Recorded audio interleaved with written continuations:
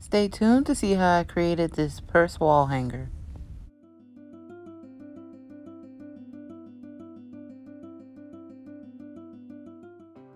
I started out by measuring my board just to see how long it was. Mine ended up being 2 feet.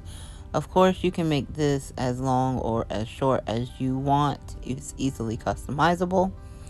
And then I kind of just spaced out each of my pegs, making sure I could fit all 10 of them onto the board.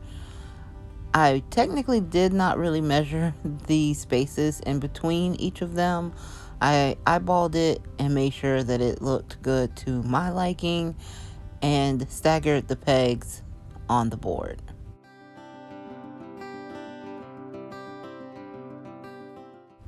This is what the board looks like once I got all 10 of my pegs onto the board. Like I said, I pretty much eyeballed it because I wasn't going to worry about fractions and stuff like that when it came to spacing them out. As you see now, I am just putting a mark where each of the pegs are going to be, and this is going to help me when I get ready to do my next step.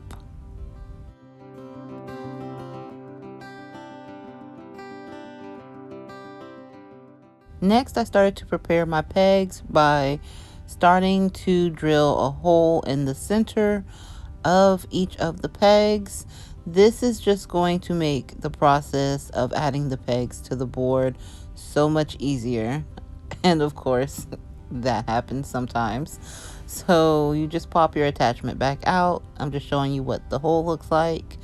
But then I am going to go ahead and add my nail into that pre-drilled hole and drill the nail all the way into the peg. Like I said, this just makes it so much easier to screw the peg onto the nail once you add it to the board. Now, of course, if you guys don't want to do the whole process of drilling, you could always add your pegs with wood glue. Once you get the screw screwed in, you'll just go ahead and reverse your drill and remove it, because you'll be screwing this onto the actual board once you add your nail to the board. Now you'll repeat that same process using the X's that you drew on the board earlier. You'll start to pre-drill a hole. This just makes adding the screw into the wood so much easier. And then you'll go about adding your screw directly into the wood. Make sure that you have the proper attachment. For the first few, I definitely did not, and it made this process so much harder. But once you get the proper attachment to match your screw head, it will go seamlessly. So you'll just screw the entire screw into the piece of wood, which is going to be the backing for your purse hanger. Turn it over, and you see I've already done one. But once you turn it over, you'll just take the peg that you already drilled the hole into and simply screw it onto the screw.